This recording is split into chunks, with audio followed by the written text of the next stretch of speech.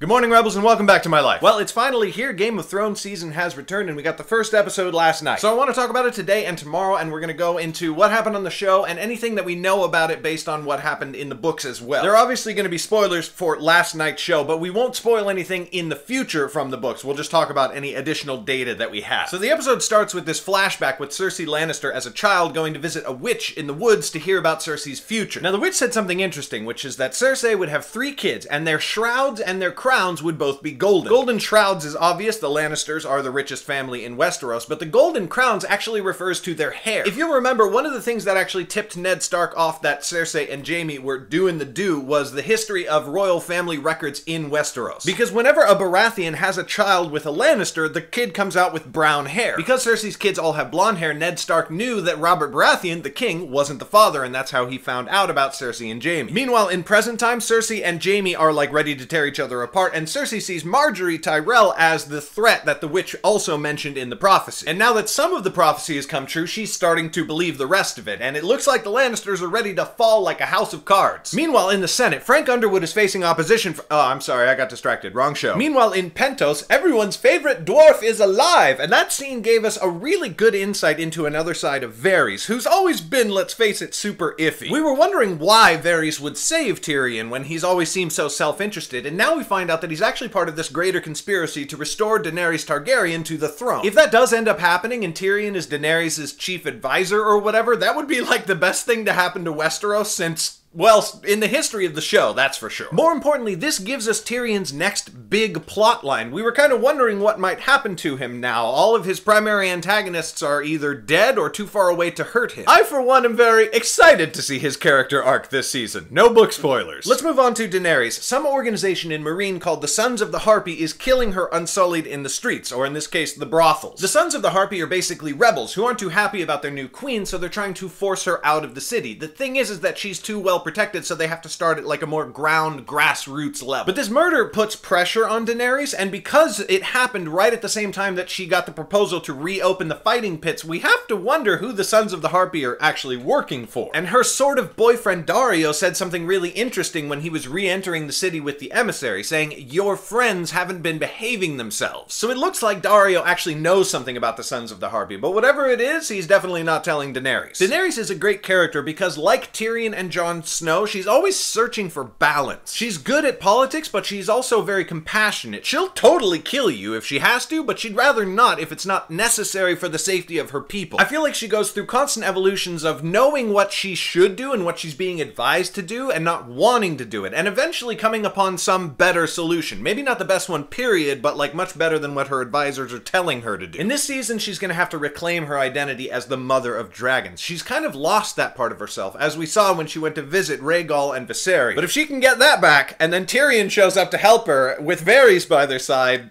things are gonna get exciting! That is part 1 of my Game of Thrones recap and review. Part 2 will be coming tomorrow. Make sure you subscribe so that you don't miss anything. I have 3 questions for you today. Do you think we can trust Viserys? What do you think is gonna happen to Cersei Lannister? And should Daenerys reopen the fighting pits? And if you've read the books, no cheating. As always, thank you for watching, Rebels, and I will see you tomorrow.